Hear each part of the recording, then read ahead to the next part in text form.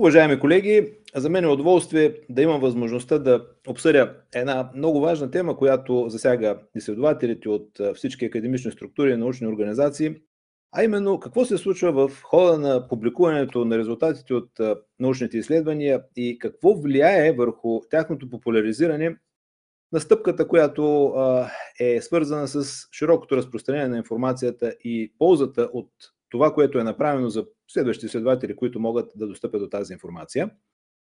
За мен е изключително удоволствие да споделя този разговор с доцент Детелин Вучев, който е регионален координатор на платформата COL.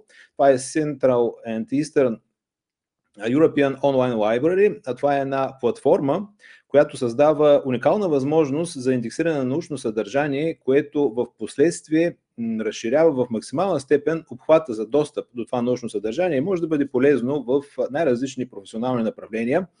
Но позволете ми да дам думата на доцент Вучев, който значително по-добре от мен ще даде информация за платформата, ще ни демонстрира във вид на електронната и конфигурация за уебсайт, на който тя е достъпна. Господин Вучев, заповядайте. Здравейте, много ми е приятно да се срещна с вас и да разговаряме директно чрез тази възможност с вас. Доколкото разбирам, интерес е насочен към COL. Ако трябва да кажа няколко думи за COL като платформа, може би е интересно самата история, как възниква идеята за нея.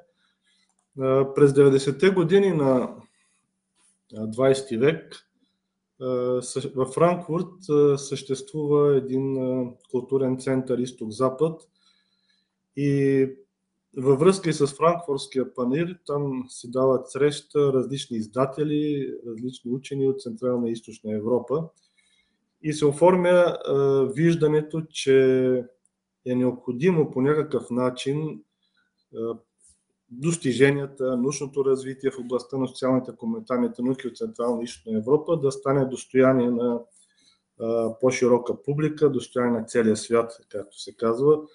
В това време все по-силно се развиват информационните технологии и така към края на 20 век се оформя това виждане, създават възможности и се явява едно така идейно продължение на цялостното това развитие от 90-те години. COL като платформа възниква и се създава през ноември 1999 година и може да кажем, че вече имаме едно 25 годишно развитие, като платформата беше изцяло обновена като технология, като идеи, тъй като до тогава COL основно изцяло беше насочена към периодичните издания в областта на социалните и хуманитарните науки от Централна и Източна Европа, но с включването на сериозни разпространители на научни издания от Централна и Източна Европа, разпространители на предвид в САЩ и в Канада. Платформата беше сериозно доразвита и вследствие на това също бяха включени не само периодични издания, но започнаха да бъдат индексирани издания в област и непериодични издания, имам предвид монографии, сборници, както и един много интересен раздел, така наречената Grey Literature или сива литература, както казваме на български. Това са издания без ISN и ISBN и тази литература също се оказва и ще става все по-интересна, тъй като тя дава идеи, дава документи, материали за развитието въобще на тази област в Централна и Източна Европа в областта на социалните и хуманитарните науки. И може би това е като така един исторически преглед. Към момента може да кажем, че тази 25 годишнина беше, така да се каже, отбелязана през ноември 24 с включването на едномилионната индексирана статия от периодично издание, имам предвид от периодични издания, списания, тъй като нали, има и огромно количество други статии в сборници, и други издания, които са в COL. Да, това наистина прави изключително значимо впечатление. Аз малко по-късно ще да обърна внимание на този внушителен брой научни публикации, над 1 милион. Аз също разглеждах сайта наскоро и това определено спря вниманието ми. Но това, което искам да допълня, първо да ви поздравя за усилията, които са вложени в един толкова дълъг период от време и всичко това показва една устойчивост, един фокусиран интерес от ваша страна като поддържащи платформата, но от друга страна е свързано и с нарастване на интереса към потребителите към вашата платформа. Това, което искам да допълня, разбира се, стана въпрос за годишно отчитане на времеви моменти, които имат малко по-особена стойност в усилията, които влагаме. Нашето списание, с което партнираме с вас успешно от няколко години, също навършва 10 години от първата си публикация, което също е един момент, който показва, че усилията ни са си заслужавали и времето, което сме вложили, е заслужено в посока на това да създадем условия да разпространим труда на колеги, които са предпочели нас като източник и като платформа за разпространение на информацията. Но това, което аз бих искал да обсъдя с вас и да потърся вашето мнение, е, че не винаги издателя във вид на индивидуално списание се справя достатъчно успешно, за да покрие възможните начини за разпространение, за споделяне на публикациите, които се издават във всеки един брой. От наша страна това, което традиционно и до някъде технически сравнително облекчено е начинът за индексиране на съдържанието в Google Scholar, което е едно от местата за търсене на научна информация. Но струва ми се, че това не е достатъчно. Платформата COL подхожда и по подразличен ъгъл в посока на индексиране на съдържанието. Тоест, бихте ли казали какво по-точно означава индексиране на научното съдържание, какви са ползите, каква е крайната максимална възвръщаемост за един автор, който споделя по този начин своята научна работа? Ще започна от там, че всъщност COL е мисия. Тя беше създадена с идеята и с мисията да подпомогне издателствата и издателите, съответно и авторите и институциите, които се занимават с издателска дейност в Централна и Източна Европа, за да популяризира и за да направи достъпни тези издания. Да, сега до някъде има доста от списанията, имат вече сайтове, но все още и множество от изданията съществуват в електронен вид само на COL. Ако се върна към конкретния въпрос за индексирането и какво всъщност представлява индексирането, въпросът е доста широк, но тук трябва да имаме предвид няколко основни неща. Първото е, че има различни типове индексиране. Индексирането на практика, наобщо казано, е включването на базата на някакви предварително създадени критерии и условия за включването на списания в определени бази данни. Като най-известни в момента, които се използват, това са Scopus, Web of Science и така нататък. Но трябва да се има предвид, че има различни типове индексиране. Има индексиране само на нивото на заглавия. Това са по-скоро едни списъци от списания, в които по една или друга причина се или обявяват, или се приемат за адекватни на определени критерии и списанията се стремят да включат своите заглавия там. Вторият тип индексиране, това е индексирането на метаданни. Съществуват такива системи, включително като Scopus, Web of Science и множество други списания, множество други бази в определени области, които индексират метаданни.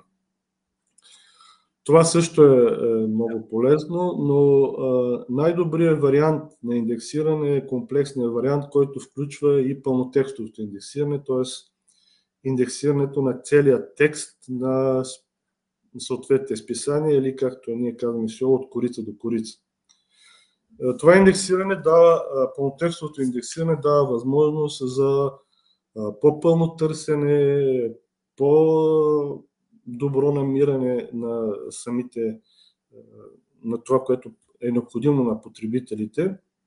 И от тази гледна точка SEO още от самото създаване беше насочен към, и продължава, нали, да развива тази идея, че трябва да има пълнотекстово индексиране на научните издания.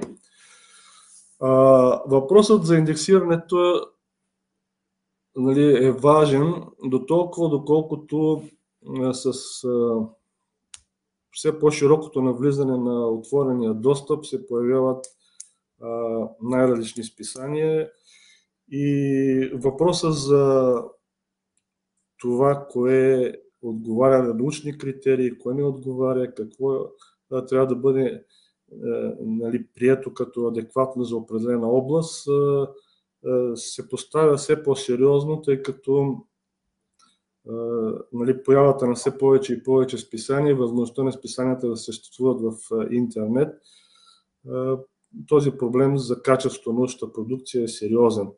От тази гледна точка индексирането дава някакви възможности, бих казал някъде и стандарти за това дали едно списание съответства на научните изисквания за публикуване, на съдържателни изисквания за публикуване и така нататък. И така нататък. От тази гледна точка е важно за самите списания да бъдат включени в такива индексиращи бази данни. Тоест, това, че едно списание ще има собствен сайт и евентуално неговите статии ще се появят в Google Scholar, е едната страна, но е важно и това в какви бази данни се намира списанието, и то не само заради това, което казах, заради определянето на неговата научна стойност, но и поради възможността чрез тези бази данни то да достигне до необходимия или да кажем до по-широк кръг от читатели, тъй като самите бази данни, нали, предоставят такава възможност. Затова ние всего винаги казваме, че ние не само индексираме, но ние разпространяваме това научно знание. И всъщност разпространението в някакъв смисъл е много, в някакъв смисъл дори е по-важно от това, че са индексирани самите списания, тъй като нали, това до някъде може да бъде осъществено през Google Scholar, но то не е достатъчно. Да. Всъщност COL работи с Google и с Google Scholar още от 2004 година и дори в рамките на шегата вляво казваме, че Google и Google Scholar се учиха да индексират издания на кирилица на базата на COL. Да. И това сътрудничество продължава и в момента, и то е свързано с множество нововведения, които правят и Google Scholar, които се прилагат в COL и които са много, много по-добри, отколкото би могло да предложи един обикновен сайт за подобен тип включване в тези системи. Така че това, че едно списание ще бъде включено в определена база данни, има своите положителни страни. Списанията, които се индексират в COL, имат специфична насоченост, тъй като COL е база, бих казал основна световна база за издания в областта на социалните и хуманитарните науки, и тя е регионално ориентирана към Централна и Източна Европа. Така че едно българско издание, в което иска да достигне до до своите читатели по целия свят, Сила предоставя тази възможност след преминаване, разбира се, имаме такава също комисия, която проверява съответствие на научно съдържание, съответствие на изискване за публикуване, и те не са по-различни от изискваните, които имат в Web of Science или Clarivate Analytics, тъй като те преди бяха собственост на Thomson Reuters, тъй като COL работи много тясно и с издателите или специалисти, които са в Web of Science, и много често, като правя проверки, забелязвам, когато примерно от Web of Science започнат да проверяват някакво списание в SEO, ми става ясно, че вероятно това списание е подало кандидатура в Web of Science и те проверяват директно съдържанието му в COL. Да. И че вероятно това списание има големи шансове да достигне до включването си в Web of Science, така че ние с Clarivate Analytics работим така в много близки отношения. Да, до тук ви засегнахте една също много интересна и така много широка тема, но за мен ще бъде удоволствие този разговор да бъде едно начало за една поредица от обсъждания на теми, които поетапно биха представлявали интерес на... За мен ще е удоволствие, разбира се. Но ако тук има един също много интересен въпрос, и това свързан с индексиране, и това са така наречените импакт фактори, но това е един много сериозен въпрос, който... Тази тема, нека я оставим за следващо разглеждане, тъй като тя със сигурност представлява интереси на цялата академична общност.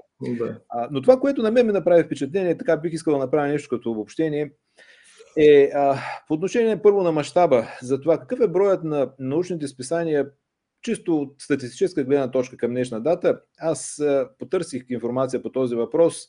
Еднозначни данни трудно могат да бъдат открити, но някакви ориентировъчни стойности са между 37 до 50 хиляди научни списания, които са откриваеми на адреси в интернет пространството, което е един впечатляващ брой източници и възможности за публикуване на научни резултати.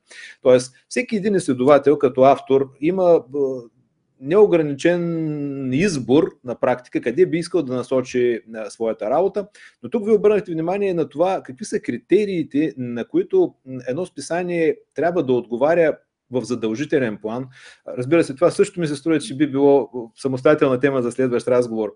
Но по-важното, което аз искам да кажа е, че вие ми изпреварихте, разбира се, че като платформа вие провеждате такъв вид проверка и единствено след като критериите, които сте задали като минимални или като задължителни, само тогава бихте могли да приемете за индексиране научно съдържание от определен информационен научен източник, което някак си интуитивно се разбира, че трябва да бъде по този начин. Другото, което казахте също е много важно, тъй като това показва една взаимовръзка между платформите, които индексират научно съдържание, независимо от това, че някои са значително по-разпознаваеми и предпочитани от авторите, като Scopus, Web of Science и други подобни, но не бива да оставим с впечатлението, че единствено най-стойностното, единствено най-качественото представяне на научни резултати може да бъде свързано единствено и само с тези платформи. Това е моето мнение, разбира се. Предполагам, че то не би трябвало да бъде някакво изключение.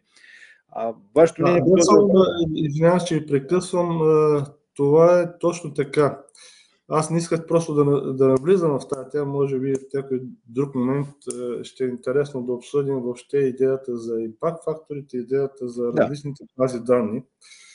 Само ще спомена, че една ваша колега от Бургас имаше статия миналата година по отношение на изданията в правните науки, доцент Славка Димитрова, мисля, че се казва, от Бургас свободен университет. Тя там казваше, че от над 4000, може би 4500, нещо такова са изданията, които са включени в националния референтен списък на съвременни български научни издания с научно лицензиране. Само 175 от тях са включени евентуално в Scopus и Web of Science. И това са предимно издания в областта на точните, така да я кажем, най-общо точните науки, нали, биология, физика, математика и така нататък, и така нататък. И изданията, които са в областта на социалните и хуманитарните науки, са изключително малко. Така че COL всъщност е една база, която би могла да даде възможност на тези издания да достигнат до своите читатели, до тази информация, която е в COL, да достигне до тези институции, които се интересуват от областта на социалните и хуманитарните науки в Централна и Източна Европа. И другото, което може би трябва да спомена, просто ще добавя за COL, е, че от самото създаване COL на практика подкрепя идеята за това, че трябва да се публикува на майчиния език, народния език на авторите. Тъй като и Scopus и Web of Science, това са изключително важни бази, но ще забележите, че множество от изданията са преди всичко на английски. Да. И това е свързано и до някъде, нали, това се признава, че тези бази данни при индексирането трудно включват индексирането на кирилица. И се правят и грешки, не може да бъде пълноценно това индексиране, така че бих казал, че COL подкрепя и винаги е стоял за това, особено в социалните и хуманитарните науки, да се поддържа публикуването и да се запази публикуването на националните езици на авторите, тъй като в тази област най-добрият начин, по който би могъл да мисли един учен, е на собствения си език. Независимо колко добре ще знае немски и английски, когато един български философ развива своите идеи, той би го направил най-добре на български и би представил най-добре тези свои резултати на български. Това касае, разбира се, множество други области. Да, това е едно чудесно предимство, което аз се надявам, че колегите, които ни гледат, ще приемат като чудесна възможност за осъществяване на следващ контакт с вас, за уточняване на възможности за ползотворна партньорска дейност. Доцент Учев, сега бих искал да ви помоля да споделите от ваша страна екрана си, да ни представите визуално как изглежда порталът на COL, някои важни елементи. Аз пак ще се върна към внушителния брой публикации, които са индексирани, но и това, че платформата предлага стандартни разширени възможности за търсене, по ключови думи, по фрази, по всичко, което технически отговаря на всички съвременни изисквания за бързо откриване на научна информация. Така че бих искал да ви дам тази възможност.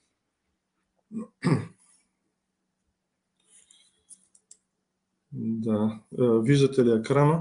Да, споделяне. Да. Целта на COL, това, което потребителя вижда, е така наречения сайт на COL. COL на практика има още две бек-офис системи. Едната система е насочена към издателите, където те могат да регистрират изданията и работят с нея. Другата бек-офис система е насочена към абонатите на COL, т.е. към библиотеките, които са абонирани на COL и те също работят с нея.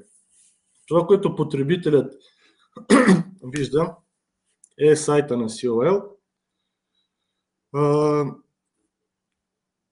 Сайтът е направен интуитивно да се работи с него, дава множество възможности за работа и има множество възможности за достигане до информацията, която е необходима. Най-напред, както може да видите, предполагам, на сайта на COL има данни, които се актуализират постоянно. Това са броя на съответните списания, броя на архивираните броеве, на архивираните статии, Grey Literature, eBooks, издателите, които са в COL, и както виждате, в момента имаме архивирани 102 хиляди, 1 милион и 21 хиляди 792 статии. Ако го апдейтнем, да, в момента е събота и все пак е почивен ден. Но иначе, вие ако апдейтвате сайта през седмицата, през няколко минути дори ще видите как се променят тези цифри. Това, което трябва да ви кажа, е, че месечно между 6 и 10 хиляди нови статии се индексират в COL. Това е изключително обем от работа. Аз само искам да допълня, че потвърждавам съвсем основателно лекотата, с която е изграден интерфейса за работа на потребител, който трябва да внесе всички данни необходими за индексиране на съдържанието от страна на издател. Това, разбира се, е свързано с всеки брой. Ние често нарушаваме срока, който вие поставяте за завършване на броя, за което така винаги сте ни съдействали, но знаете, трудно могат да бъдат съвместени. Знаете ли защо е това? Защото COL е така свързана с Google Scholar и всички системи, от които влиза индексирането, че много често се случва, че Google Scholar вече в момента, в който вие сте започнали да въвеждате списанието и въведете някаква статия, тези статии вече са индексирани и влезли в Google Scholar и в другите бази, харвестинг машините, които са библиотечни. И ако се забавите, в Google Scholar и в другите места вече стои статията, която вие сте индексирали, която вие сте качили регистрирали в COL. Като метаданни, като текст, като всичко. Тя е индексирана вече. Когато кликнете в Google Scholar, в COL ще ви даде OPS 404. Тоест, вие имате вече индексирана тази статия, но тя все още не е достъпна за читателите. Да. Е необходимо максимално бързо да бъдат индексирани, да бъдат качвани съответните издания. И завършена цялата процедура, която изисква потвърждение на всеки един брой със спецификата, която... Тоест, индексирането става много бързо и забавянето на приключването на регистрацията на списанията води до проблеми. Затова и искаме от издателите да регистрират максимално бързо всеки започнат брой. Разбира се, това е гарант за съвместната работа, която е ползотворна и за двете страни в този процес. Добре, аз бих искал също да коментирам нещо, което на мен ми е направило впечатление, защото понякога си така отговаряме на въпроса дали ние се справим индивидуално с индексирането и търсенето на публикации в Google Scholar основно, но факт е, че има съдържание, което може да бъде открито предимно и само през COL и това за нас е ползата и удоволствието да съгласуваме работа с вас, за да бъдем в полза, разбира се, на нашите автори, които поради определени причини сме заслужили тяхното внимание. Но ако преминем нататък, бих искал аз да споделя екран от моя страна, за да ви демонстрирам нещо, което ме направи впечатление през секцията, която е откриваема за нашето списание във вашата платформа. Става въпрос за публикации, които се визуализират, когато се зареди това съдържание. Само момент да си споделя екрана от моя страна.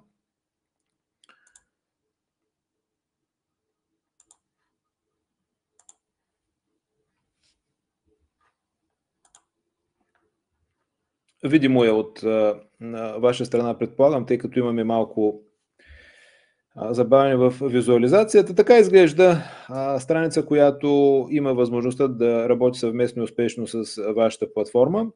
броевете на списанията, които са заведени по начина, по който вече беше коментирано от ваша страна. Но това, на което искам аз да спра вниманието, е ето тази селекция на най-популярни статии спрямо самото списание. Малко по-късно ще ви попитам какъв е механизма, по който самата платформа оценя статистически на база посещения, на база ключови думи или какъв е подходът, който също заслужава внимание, но това, на което искам да спра вниманието, ето тази първа статия, която в Google Scholar, поради някаква причина, независимо, че от наша страна технически осъществяваме това, което е необходимо за откриването и там, не се открива лесно в Google Scholar. Но когато използваме като ключова дума заглавието на тази статия, това е един пример за добре, даже чудесно създадено заглавие на статия, но всичко това пък отваря друга тема, която ще коментираме по-нататък. Доколко е важно заглавието на статията, доколко са важни ключовите думи, доколко е важна структурата на резюмето, както и пълния текст на всяка една публикация. Но ако продължим в използването на заглавието като ключова дума в Google, това еднозначно ще покаже, че откриваемостта на статията излиза с времето дори на по-висока позиция. Забележете, че статията наистина има популярност. Самия брой на цитиранията, които се свързват с нея, означава, че тя заслужава интерес и в последствие била използвана в много други трудове, които са в плюс на изследователя, който е представил това съдържание и го е насочил към нас, съответно. Ние сме го популяризирали, включвайки го в нашия брой, но от друга страна, разширявайки максимално обхвата за визуализирането му с помощта на PCOL и алгоритъма, който стои зад обработката на тази информация. Така че това за мен беше важен пример, който ни помага да дадем обратна връзка и към нашите автори, че наистина се заслужава не само съвместната ни работа за публикуване на научното съдържание, а напротив, ние продължаваме с следващата стъпка, търсейки комуникация с платформи, които в лицето на COL подпомагат максималното визуализиране на тези резултати в дигиталното пространство. Тук бих искал да продължим разговора ни в посока на това, какво бихте казали към бъдещи ваши потенциални партньори от България. Това стана ясно, че е най-вече с най-висока стойност в областта на социалните науки, но ако трябва да ви потърси за съвместна работа, какъв е най-лесният начин, по който биха могли да осъществят контакт с вас? Да, единият начин е директно да ми пишат на имейла, но има и още по-лесен начин в сайта на COL, ако споделим отново екрана. Разбира се. Значи, достатъчно е всеки един издател да влезе в COL и тук може да има съответните възможности да подаде молба, било като издател, било като за включване на конкретно списание. Така че комуникацията е пределно бърза. В момента, в който се получи тази информация, тя минава през колегите в Франкфурт, съответно и през мен. И практиката е естествено първо да се провери какво е списанието, и да се установи веднага контакт с съответното издателство или съответната редакционна колегия, ако е подадено със съответният човек, който се предполага, че или е член на издателството, или е член на издателската колегия. Обикновено, т.е. много често това е главният редактор на списанието, който кандидатства за включване в базата данни. Съответно, след това се установява връзка. Ако списанието е с платен достъп, е необходимо минимум 2 последни броя да бъдат изпратени в COL, за да бъде направена тази проверка. Разбира се, линкове към сайта, те тук е необходимо да бъдат качени. А ако е със свободен достъп, ясно, че тези броеве последните могат да бъдат и повече от това проверени, така че да се види това съответствие по отношение на изисквания за публикуване на научно съдържание. Така че контактът е много бърз и много лесен. Също се отнася и по отношение на издателите, на библиотеките, винаги могат да установят контакт съответно с COL. Чудесно. Да, начинът е изключително облегчен, но е съвсем фокусиран върху създаване и изграждане на партньорски отношения в дългосрочен план. Така че интерес, ако има, това е източник за споделяне и индексиране на информация, който ще бъде полезен както за издателите, така, разбира се, и за авторите, които са предпочели да работят с дадено списание, подпомогнато от всички тези възможности, които предоставяте вие като платформа за индексиране и разпространение на научно съдържание. Доцент Учев, за мен беше изключително удоволствие да имаме възможността да проведем този разговор. Обръщам внимание и се надявам това да е само едно добро начало, тъй като темите, които докоснахме само по повърхността, подсказват, че на тях може да се отдаде доста по-значимо внимание. Но разбира се, това предстои да бъде направено в един по-подходящ момент. Аз се надявам, че всичко това, което говорихме с вас, ще бъде полезно в посока на авторите от една страна, от друга страна и на изследователите, които със сигурност са получили малко повече информация за това какво може да се случи с откриваемостта на техните резултати, които публикуват в специализирани научни списания. Нещо друго, което прави впечатление. В резултат от тези усилия се виждат публикациите. Това, което остава невидимо, е огромният брой часове, който стои зад съответната научна работа, която е коствала фокуса и времето и усилията на изследователя, което подсказва, че координацията и съгласуването на съвместната работа между изследовател, издател и индексиращи платформи трябва да бъдат поставени се в по-близко взаимодействие, така, защото да се потърси максимален, оптимален елемент при съгласуване и полза, която да бъде дългосрочна за всички участници в този процес. Надявам се, че ви подкрепяте подобно твърдение. Аз и с това запознах. SEOL е ориентиран, това е една мисия за SEOL. Тя е ориентирана изцяло към издателите и към авторите и създаването на все по-добри възможности за разпространение на техния труд. Ние не споменахме, вие вероятно сте забелязали, че всяка една статия в SEOL има собствена страница. Тоест, това са над 1 милион собствени страници за всяка една индексирана и регистрирана статия в SEOL. SEOL предоставя на издателите наистина множество възможности, по същия начин, по който предоставя и множество възможности на библиотеките, които да бъдат абонирани за SEOL, тъй като вие казахте за едната страна на процеса и това е създаването на тези научни трудове, научни произведения, статии, книги и така нататък. Но много е важна и другата страна и това е достигането до информацията за тези статии. SEOL работи много силно в тази насока. На практика бих казал, че най-значимите университети в целия свят, които имат интерес към Централна и Източна Европа, към социалните и хуманитарните науки, са абонирани за SEOL. И това е също едно предимство, което е за авторите и за издателите, което създава SEOL. Както казваме ние, от библиотеката на Конгреса в САЩ до Китайската академия на науките през библиотеката на Ватикана. Покритието на практика, тъй като чрез аналитик системите виждаме къде и как ще те, на практика няма точка по света, в която SEOL да не се използва. Разбира се, има няколко точки в Сахара, където няма такова ползване, но с изключение на това SEOL се чете по целия свят. Така че това е един път, един начин, по който българските издания и българските автори в областта на социалните и хуманитарните науки могат да намерят своите читатели. И тук, разбира се, е много важна и обратната страна. Това е българските университети, библиотеки да имат тази възможност и да се абонират за SEOL. Разбира се, това зависи много от държавна политика, финанси и така нататък.